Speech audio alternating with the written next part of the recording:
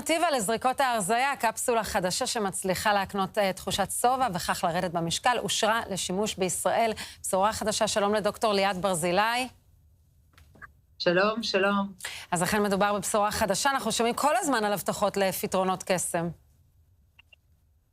אז אין לנו פתרונות קסם, אבל אני כן אגיד שיש פה בשורה חדשה, כי מחלת ההשמנה היא מחלה כל כך שכיחה, ויש מטופלים שאת הטיפולים הרגילים שלנו בזריקות לא סובלים בגלל תופעות לוואי די משמעותיות שמשפיעות על היכולת שלהם בכלל להשתמש בתרופות האלה, וזה בעצם סוג של קפסולה שהיא לא כימיקל תרופתי, ולכן יש פה סוג של בשורה חדשה לכל מי שלא מסתדר עם הטיפולים התרופתיים נקרא לזה שיכולים לגרום לתופעות לוואי.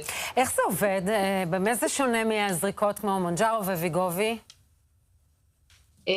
בעצם מדובר בקפסולות שמכילות פולימר, שאנחנו לוקחים אותם חצי שעה לפני ארוחה עם 2 כוסות מים. הקפסולות האלה זה חומר אינרנטי, הוא לא נספג בגוף, אלא הוא מגיע לקיבה, סופח את המים ומתנפח למין כמו משולש כזה של, נקרא לזה כמו משהו של 6 סנטימטר על 6 סנטימטר על 6 סנטימטר, תופס את נפח הקיבה, מגרה לנו את מרכזי הסובה שלנו, דרך בעצם תחושת מלאות בקיבה, ולמעשה אחר כך גורם לנו לאכול כמויות קטנות יותר, ואחר כך כשהחומציות של הקיבה משתנה, הוא פשוט מתפורר לחלקיקים הקטנים, ויוצא החוצה במערכת העיכול, כלומר הוא גם לא נספג, אלא רק יוצר את התחושת מלאות הזו בקיבה. אז מה המינון שצריך לקחת?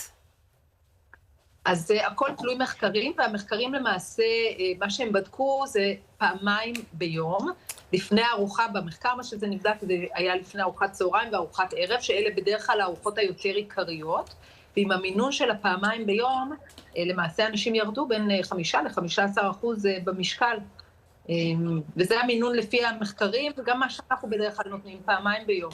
יש לזה תופעות לוואי? תופעות לוואי שיכולות להיות קשורות קצת למערכת העיכול, מאוד נדיר, בדרך כלל אין תופעות לוואי.